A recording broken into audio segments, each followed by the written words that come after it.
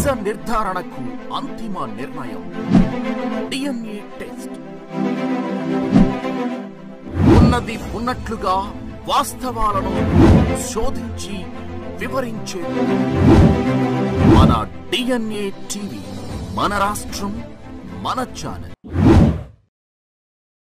ఈ 5 నెలల్లోనే ఇంత కష్టపడి ఇన్ని నిధులు కేటాయించి ఈ ప్రాజెక్ట్ ని ముందుకు తీసుకెళ్ళడానికి అటు ముఖ్యమంత్రి గారి దగ్గర నుంచి ఎన్డీఏ ప్రభుత్వం పనిచేస్తూ ఉంటే ఈ వైఎస్ఆర్సీపీ దానికి ఒక కరపత్రిక ఉంది అధ్యక్ష. ఏదైతే వాళ్ళ అవినీతి పత్రిక, ఏదో నిన్ననే వాళ్ళ పత్రికలో కూడా ఇప్పట్లో జల్లేరు రిజర్వాయర్ లేనిట్లే అని చింతలపూడి పథకం మీద వాళ్ళ కరపత్రిక సాక్షి అవినీతి పత్రికలో ఒక ఆర్టికల్ ఇవ్వడం జరిగింది. నేను కూడా చెప్తూ ఉంటా, ఏదైతే మనం కూడా సిగరెట్ ప్యాకెట్ మీద చూస్తూ ఉంటాం, పొగ తాగుట ఆరోగ్యానికి హానికరం అని. అదేవిధంగా సాక్షి పత్రిక చదవడం కూడా ఆరోగ్యానికి హానికరమే అధ్యక్ష. ఎందుకు నేను ఈ మాట చెప్తున్నానంటే, జల్లేరు రిజర్వాయర్ లేనట్టే అని చెప్పేసి వీళ్ళు ఈ రోజు వాళ్ళ పత్రికలో మ్యాటర్ వేసుకున్నారు. కానీ గతం నేను చూస్తే ఏదైతే వాళ్ళ ప్రభుత్వంలోనే అంటే 2023లో వాళ్ళ ప్రభుత్వం అధికారంలో ఉండగానే మరి ఏదైతే ఆ రోజు మరి పర్టికులర్ గా మన విజయవాడలో జరిగినటువంటి మీటింగ్స్ లో కూడా వాళ్లే ఒక ఎక్స్పర్ట్ కమిటీ అంటే స్టేట్ ఎక్స్పర్ట్ అప్రైజల్ కమిటీ అని 2023 డిసెంబర్ 4-5 తారీఖుల్లో జరిగితే అప్రైజల్ కమిటీకి ఒక నివేదిక ఇచ్చారు అధ్యక్ష. వాళ్ళు ఇచ్చినటువంటి నివేదికలో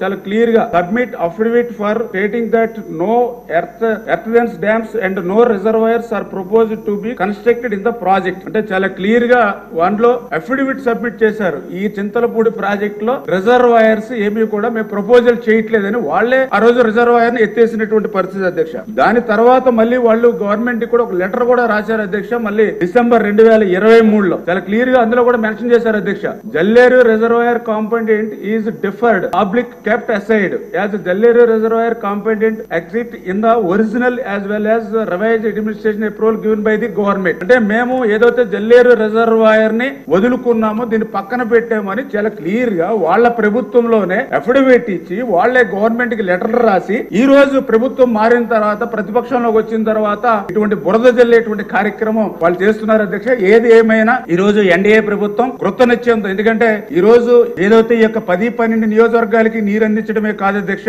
దీని ద్వారా చింతలపూడి ఎత్తుపోతల ద్వారా పర్టికులర్ గా నాగార్జున సాగర్ కు సంబంధించి 2,10,000 ఎకరాలకు సాగునీరు అందించడం ద్వారా నాగార్జున సాగర్ లెఫ్ట్ కెనాల్ నుంచి తీసుకునేటువంటి నీటిని మనం నిలుపుదల చేసుకోవడం ద్వారా అది శ్రీశైలంలో బ్యాక్ వాటర్ కింద రాయలసీమకు కూడా ఉపయోగించుకునేటువంటి అవకాశం ఈ చింతలపూడి ఎత్తుపోతల పథకం ద్వారా ఉంటుంది సార్ అధ్యక్ష. అందుచేత ఇది నదుల అనుసంధానంలో భాగంగా చంద్రబాబు నాయుడు గారి కళ. అంచేత ఖచ్చితంగా ఈ చింతలపూడి ఎత్తుపోతల పథకాన్ని చంద్రబాబు నాయుడు గారు ఈ ఆర్థిక సంవత్సరంలో ప్రారంభించి మళ్ళీ ఆయన ఈ యొక్క చింతలపూడి ఎత్తుపోత పథకం ద్వారా ఆ యొక్క గోదావరి నీటిని ఈ యొక్క కృష్ణా ప్రాంతానికి అందిస్తాం అధ్యక్ష.